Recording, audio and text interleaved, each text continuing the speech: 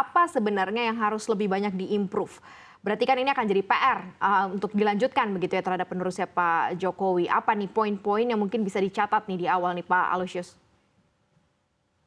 Eh, Satu adalah tadi apa namanya konsistensi kepastian hukum gitu ya.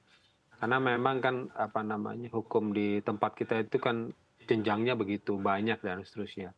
Kembali sebagai contoh UU CK yang naik turun itu sungguh membuat apa namanya minat untuk berinvestasi jadi agak terhambat. Mhm. Nah, ini yang perlu konsistensi. Yang kedua adalah menurut saya juga fundamental keselarasan antara pusat dan daerah ya. Ya, kami Mhm. pengusaha ini ada aturan-aturan dari pusat sudah mantap, tapi kadang-kadang di daerah kemudian kurang align begitu. Iya. Ya, tidak sepenuhnya ataupun ada kembali regulasi yang berbenturan karena dalam konteks seperti itu maka kita sangat mengharapkan sebuah alignment yang baik antara pemerintah pusat dan daerah itu sangat penting kembali untuk mengembangkan minat usaha dan seterusnya. Nah, kemudian untuk berbagai macam sektor tentunya terlalu luas ya. Tapi kalau kita melihat berbagai negara yang maju, itu salah satu yang cukup fundamental harus dibangun adalah industri manufaktur. Ya, karena dia melakukan produksi dan seterusnya. Nah, dalam konteks ini, saya kira ini juga salah satu. Karena saya lihat industri manufaktur makin menurun, Mhm. laut yang padat karya untuk menyerap tenaga kerja juga makin sedikit. Nah, ini mungkin salah satu hal yang perlu menjadi perhatian.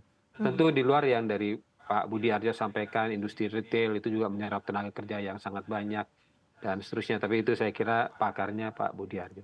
Pak, Jadi oke. secara umum regulasi, yang kedua hubungan pusat daerah dan sektoral diperolehi salah satunya yang paling penting menurut saya adalah Mhm. manufaktur. Pak Aloysius mungkin bisa sedikit ditambahkan, seperti apa sih sejauh ini minat berusaha di Indonesia begitu ya? Apakah trennya juga cukup meningkat? Kemudian ditambah lagi mungkin dengan tadi gitu ya beberapa pembaruan atau improvement yang dilakukan, sejauh mana sebenarnya Indonesia ini bisa cukup berdaya saing atau meningkatkan daya saing usaha di dalam negeri, Pak Aloysius? Iya, berbagai kajian kan mengatakan bahwa Indonesia ini sebuah kekuatan ekonomi yang luar biasa ya. Malam pada tahun 2045 atau apa akan jadi 5 besar dunia dan seterusnya. Kemudian katanya kita punya bonus demografi yang luar biasa, tapi bisa disaster demografi kalau kita tidak manfaatkan dengan baik. Jadi kembali menurut saya sih minat investasi itu sangat besar dengan berbagai macam keunggulan kita, tapi kembali adalah bagaimana kita semua melakukan implementasinya secara serentak ya dan konsisten. Mhm. Mhm. Yang paling susah kan apalagi kalau investasi investasi langsung ya, bukan di bursa. Kalau di bursa kan gampang, set nggak enak tarik gitu ya. Tapi kalau menanamkan uang tak berapa, 1 juta dolar, 1 miliar dolar dan seterusnya, itu kan metiknya 3, 5, 7 tahun ke Mhm. depan. Mhm. Mhm.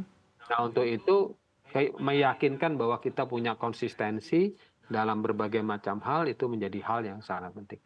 Kembali potensi, semua orang bilang potensi Indonesia besar. Tinggal kembali kepada kita bersama, pemerintah dan seluruh komponen masyarakat lah, untuk merealisasikan yang disebut sebagai Indonesia nanti suatu saat menjadi 5 besar ya, Oke. ekonomi dunia. It depend on us. Beberapa poin-poin yang memang harus diimprove begitu ya oleh penerus pemerintahan Pak Jokowi, diantaranya tadi terkait mengenai bagaimana regulasi, kemudian dicatat lagi juga terkait mengenai koordinasi begitu ya antara pemerintah pusat dan pemerintah daerah. Mengingat bahwa kita juga akan ada pilkada juga serentak begitu ya. Berarti kan kita berharap sebenarnya tokoh-tokoh daerah ini akan juga cukup inline dengan penerusnya Pak Jokowi dengan sistem yang akan terus dilanjutkan begitu ya di masa Presiden Jokowi dengan poin unggul sekarang di pasangan 02 ini seperti apa Pak Budiarjo? Ya, jadi memang kalau mengenai tadi Pak Aloy, mengenai investasi dan juga peraturan ya, itu yang kita maksudkan bahwa sekarang pemerintah termasuknya responsif.